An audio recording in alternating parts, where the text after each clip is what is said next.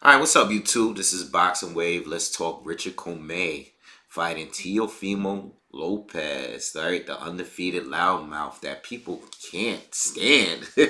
People really hate this guy. I like him. I get how people are pissed off because he calls out Lomachenko and he's talking a lot. But you know what?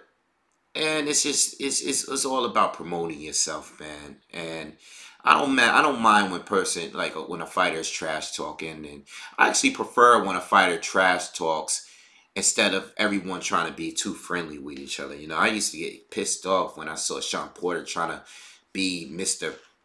Super friendly with Errol a couple of years back. You know, doing every interview with him and stuff like that, like they were best buddies. I didn't like that. You know, because I want to see you guys fight. So I'm like, what are you doing around him all the time? You know, I thought it was kind of weird, but uh, starting to shape up to be a pretty good card. And a card that I might have to go to, being that it's in New York City. I've seen Bud fight live before. But I really like this Lopez and Commey fight. Okay, so I'm not going to do a full breakdown yet. I want to do some film study first and figure out where I'm going to really go with it.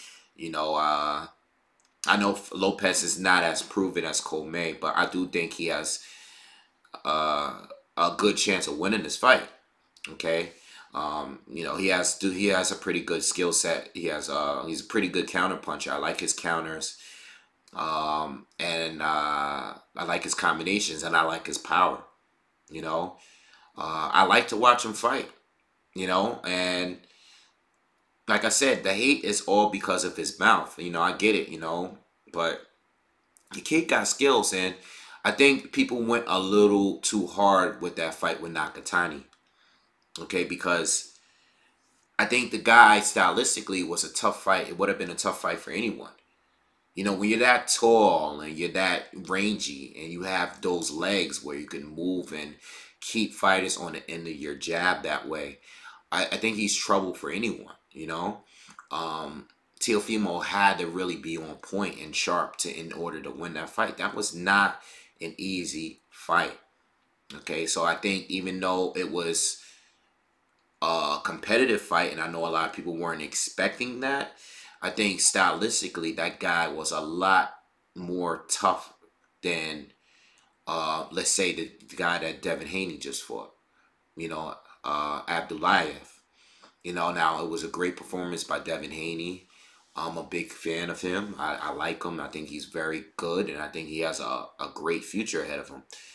But I just believe that the guy Nakatani might have been a tougher fight for him. Okay.